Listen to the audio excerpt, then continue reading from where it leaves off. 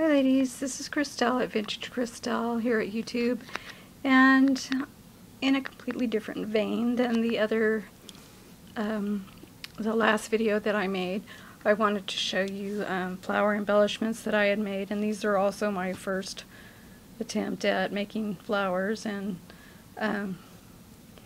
it was really fun, but you can get hung up on it quick, and it uses a lot of materials.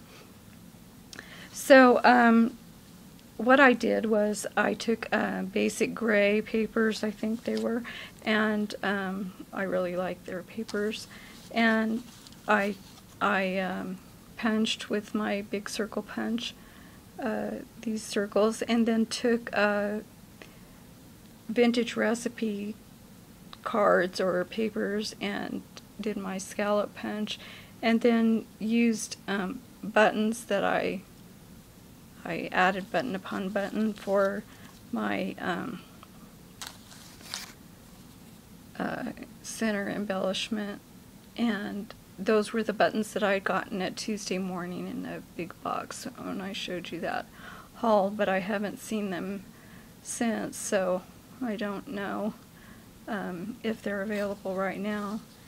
And so I am going to use these in a recipe mini, or not a mini, a scrapbook, recipe scrapbook that I'm doing. One I was doing is a Mary Englebright theme, and this would look cute with that. I don't really, honestly, I don't know if I used my recipes that I had gotten from a friend, and I hope not, or the ones I get at thrift stores and estate sales, because I often, that's one of my favorite things to look for, and you know, you kind of hate to see that, going to an estate sale and seeing, you know, somebody's Grammy's recipes in the pile for sale, and well, you wonder why they're not keeping them, but I'm glad that they don't, because I like to collect them. And so anyway, those are fun. And I made some out of Prima flowers and paper flowers that I had gotten, and fabric flowers. When I told you before in one of my other videos about how I went to a scrapbooking yard sale with some girls from, they were all sisters, and they were having a scrapbooking yard sale, so that was a really great deal for me to find. These ones will be pretty in my Mary Englebright themed recipe book, and some of them were Prima, some of them were fabric, some of them were paper. You know, I'm not real familiar, I don't buy a lot of Prima stuff. It's just that they had such a good deal there, and they gave me several baggies full of, I think, what was left from their projects, and they made me a really good deal. So here's one I made with their flowers, and I tried to put papers on the back. I don't know if that's the best idea, but I didn't know how readily this these stick to your mini books. Maybe you can tell me. I'm going to ignore the phone again because it's too far away from me again. This one, the center is a Brenda Walton Grand Adhesions embellishment, and this one, somebody had sent me the center in something I ordered from the internet, from Etsy. Here's some pretty, this is the handmade from K & Company little embellishments. So anyway, I had a lot of fun with that. And I guess I'll keep on doing it. There I put one of my vintage buttons, and those centers had little designs on them. And my friend Johnny sent me the little center of this, so I put it inside of there and added some tulle. It's just, I guess you know how addicting it is. There's a little gooey thing. Here's one of my vintage buttons that my friend Elizabeth sent me. Some more with brads in the middle. You get the idea. So I didn't glimmer mist them. I don't have any glimmer mist yet, but I don't know if they need it or not. If they do, I'll do it. I put some of my little vintage rickrack on that one and a gem in the middle.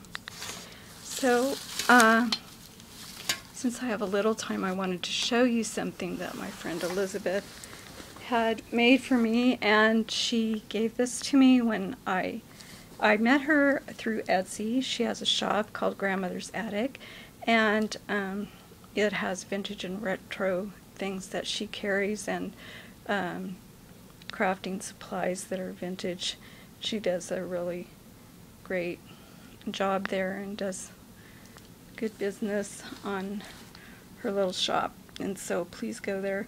But she took this, she's a scrapbooker, and this is last September that she came out for her anniversary to Los Angeles, and we met her there, her and her husband Tim, and my husband and I, and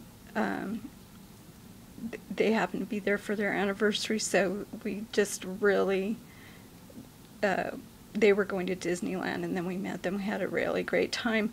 But she had brought me this as a gift, and I had brought her a gift, but this just beat it all. It is a vintage cookbook that she made into a scrapbook recipe book for me, and put my name on there. But it's so clever. Don't steal her idea. Just sort of scrap lifted, okay?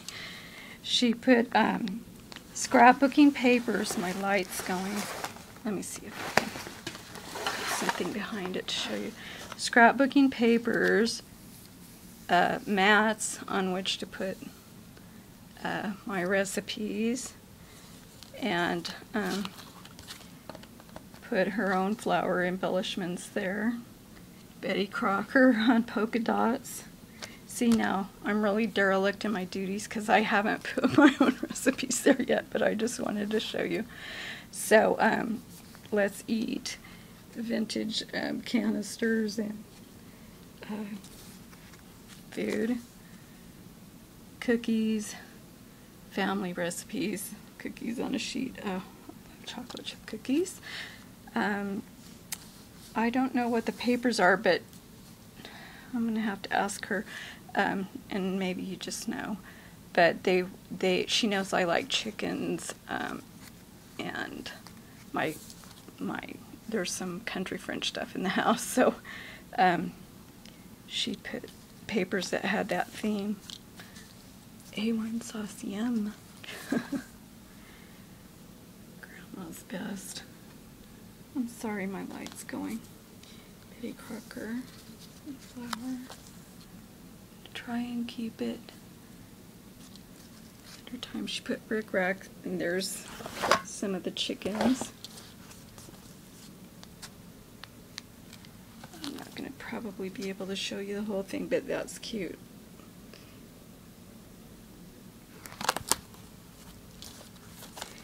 But that was such a neat idea, and here's one of those kind of recipe cards from Michael's. There's space in which to put my own recipes. Cool retro ads. Eyelet flowers. Isn't that cute? Look at this apron. So we had a good time when vintage shopping together, and she found some things for her shop. I found. And then she left papers in the back for me to put my own recipes. So she found anagrams, and I found Coca-Cola dominoes that were vintage, and we just had a really great time. So visit her shop. It's called Grandmother's Attic at Etsy.com. Thanks. Bye.